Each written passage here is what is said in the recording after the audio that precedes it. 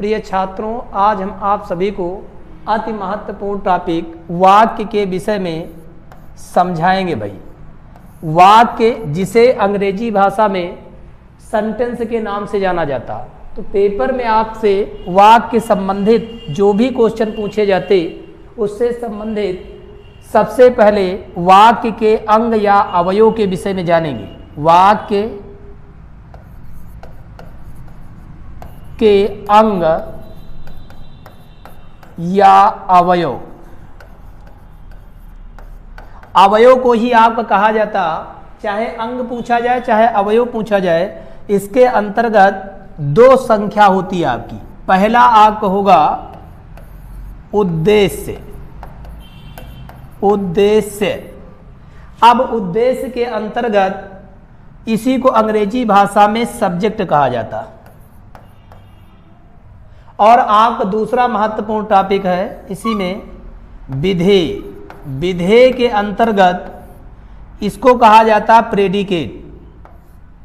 अब यहाँ पर उद्देश्य और विधेय से संबंधित क्वेश्चन जो भी पेपर में पूछा जाता है, तो उद्देश्य से तात्पर्य कि जिसके विषय में कुछ कहा जाए वो उद्देश्य होता है, और उद्देश्य के विषय में जो कहा जाए वो आपका विधेय कहलाता। जैसे हम वाक्य कहें कि मीरा बाजार जाती है, इस वाक्य के अंतर्गत मीरा उद्देश्य होगी और बाजार जाना विधेय होगा। अब यहाँ पर ध्यान देंगे कि किसी भी वाक्य के अंतर्गत, जैसे राहुल क्रिकेट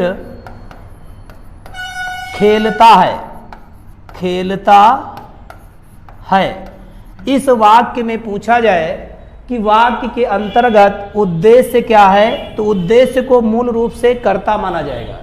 तो जिसके बारे में राहुल के विषय में कहा जा रहा, इसलिए राहुल क्या होंगे, उद्देश्य होंगे।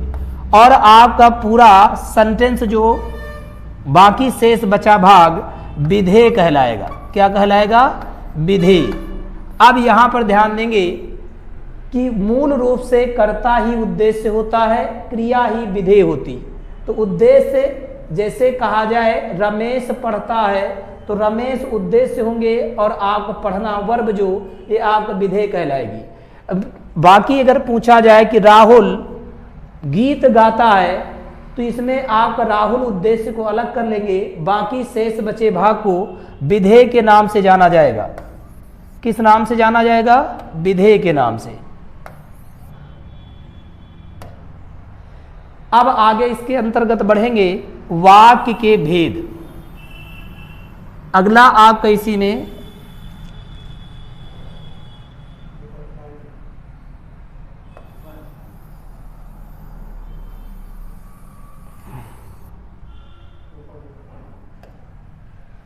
वाक्य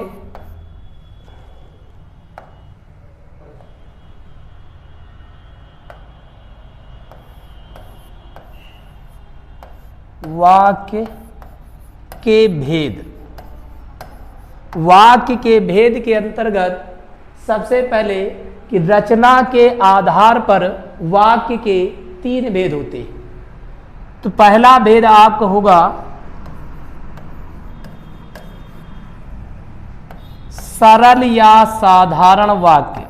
सरल या साधारण वाक्य, इसे अंग्रेजी भाषा में सिंपल सेंटेंस कहेंगे। दूसरा आपका होगा संयुक्त वाक्य। संयुक्त वाक्य,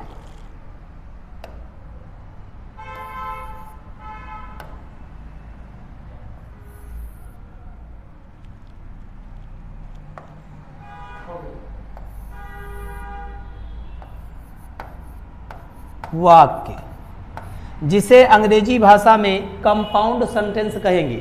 तीसरा महत्वपूर्ण वाक्य होगा मिश्र या मिश्रित वाक्य।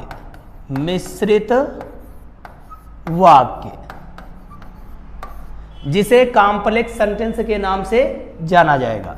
अब सबसे पहले आपका सरल या साधारण वाक्य, फिर उसके बाद आपका संयुक्त वाक्य, फिर आपका मिश्र या मिश्रित वाक्य। तो सरल या साधारण वाक्य में एक उद्देश्य तथा एक विधेय होता है।